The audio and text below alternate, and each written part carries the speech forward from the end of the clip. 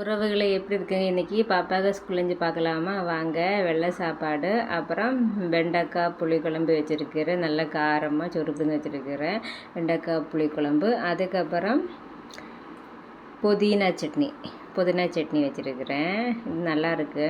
அதுக்கப்புறம் வடகம் அவ்வளோதான் உறவுகளை. இன்றைக்கி பாப்பாக்களும் ஸ்கூல்லேருந்து எப்போல்லாம் வழக்கம் மாதிரி பெரிய பாப்பாவுக்கு தனி தானே சாப்பாடு போடுறது, அதே மாதிரி தான். அப்புறம் புளிக்குழம்புல நல்லா காரம் வச்சுருக்கிறேன். காரணம் புதினாயில் காரம் கம்மி தான் வச்சுருக்கிறேன். சின்ன பாப்பாவுக்கு கொடுத்து விடணுமா, அதனால் ஒரு வரமிளகு போட்டு வெண்டைக்காய்க்கு நல்லா காரம் வச்சதுனால பெரிய பாப்பாவுக்கு காரம் நிறைய வேணும், அவள் சாப்பிட மாட்டேனால நல்லா சுடுக்குன்னு வச்சுருக்கிறேன். அப்புறம் வடகம் நான் ஏற்கனவே ஒரு வீட்டில் சொல்லியிருக்கு. இந்த வடகம் எனக்கு சிஸ்டர் கொடுத்ததா, அதாவது வீட்டிலே வச்சுக்கின வடகம், வெளியில் வாங்காத வடகம், வெளியில் கடையிலங்க வாங்க கெமிக்கல், அதாவது வெளியில் இந்த குடலெல்லாம் பிள்ளைகளை விரும்பி சாப்பிட்ற அந்த கலராக வரதெல்லாம் கொடுக்குறதுக்கு இந்த மாதிரி வீட்டிலே சாப்பாடு பழைய மிஞ்சி சாப்பாடெல்லாம் செய்து வச்சு காய் தெரியும். எல்லாருக்கும் தெரியும், எனக்கு நான் சொல்லணும்னு தேவையில்லை, எல்லாருக்கும் தெரியும்னா தானே.